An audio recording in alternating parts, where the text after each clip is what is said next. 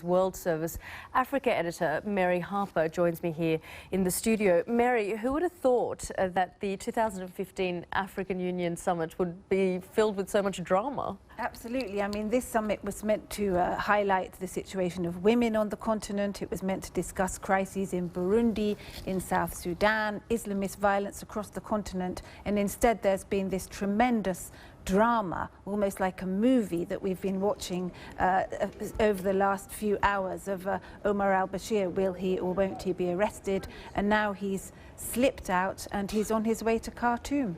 And Karim Khan was saying there that we shouldn't be pointing the finger at South Africa, that it's a loophole in the Rome Statute. But it is embarrassing for South Africa, is it not?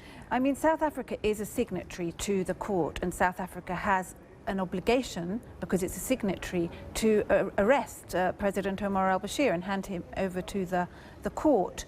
But South Africa, the government itself, was opposed to that. They said it wasn't them who'd invited him there. He was there as a guest of the African Union summit, which they were holding in their country, and therefore there were a lot of loopholes. And then a human rights group went to a South African court and pressed for him to be arrested.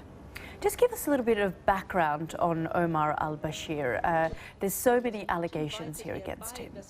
Yes, the allegations that have been raised by the International Criminal Court, they refer to a conflict in Darfur, which has been going on since 2003, and it's still not over yet. He's been accused of the biggest crime of all, genocide, war crimes, crimes against humanity. But that isn't the only conflict in Sudan. We mustn't forget that Sudan used to also contain South Sudan, where there was a terrible conflict there as well. So over the decades that he's been in power, President Omar al-Bashir has been at war with his own people.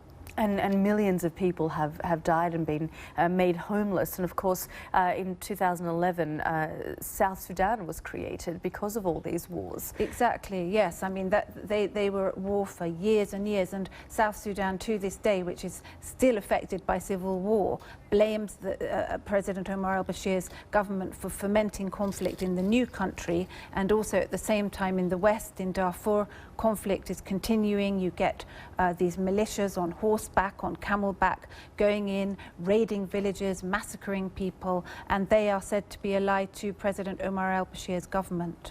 And for 6 years he's avoided that arrest warrant, and it seems he has once again. Thanks very much, Mary, for your analysis.